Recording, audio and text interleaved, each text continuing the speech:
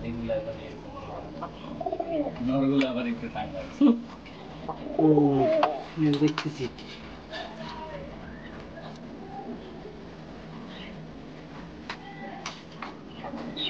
বোম্বাই না এগুলা জি প্রাইস প্রায় 5,000 টাকা ফিক্স মেইন পেয়ার এটা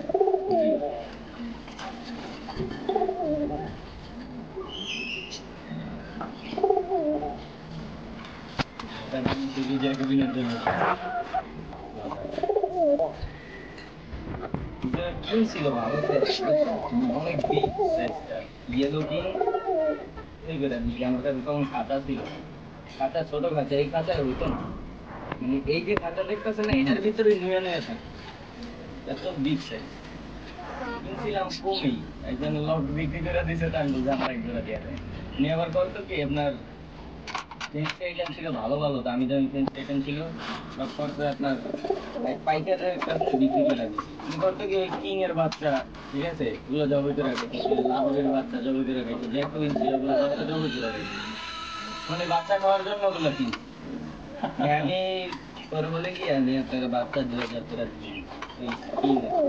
বড়